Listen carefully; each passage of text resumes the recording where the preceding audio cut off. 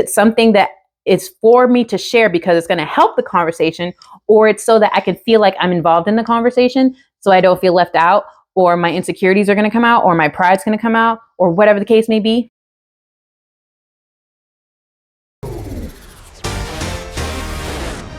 So, I'm Dr. Kayon Cameron. Welcome to my channel, and I definitely want to talk today about communication. As the leader in the room, you are someone who is trying to have a positive influence on the people around you, right? So you see an individual who's in this meeting and they have said nothing, not one thing. It doesn't even matter if they may not have 2 cents to add to the conversation. They're just here as ears on the wall. Here's something you can do to invite them into the conversation, should in case they have something they want to say, they just don't feel invited. You acknowledge them. Hey, Mark, notice you've been quiet this meeting. Do you have anything you need to add? Maybe about those invoices, whatever he's here for, or his line of expertise. If you know it's accounting, then you could just say, hey, Mark, what do you think about finances with all of this that you've heard so far in the meeting? Asking for his 2 cents.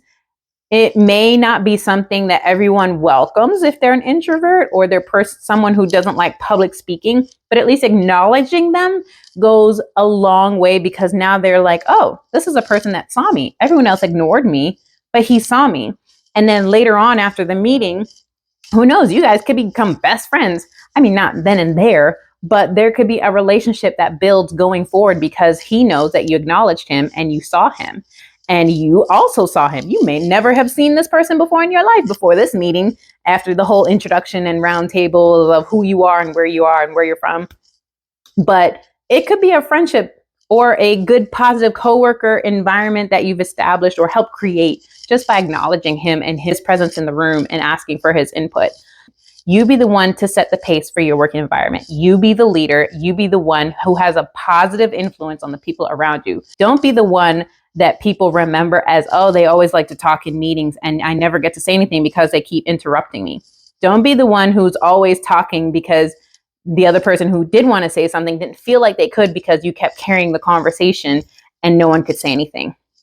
Give people their voice or encourage them to speak. That's how you be a leader. That's how you make a difference in your work environment. It doesn't take much, but just invite people in a conversation and use the 2 ears that you were born with and the 1 mouth that you have.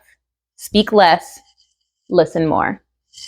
So thank you for coming to my channel. See you guys real soon.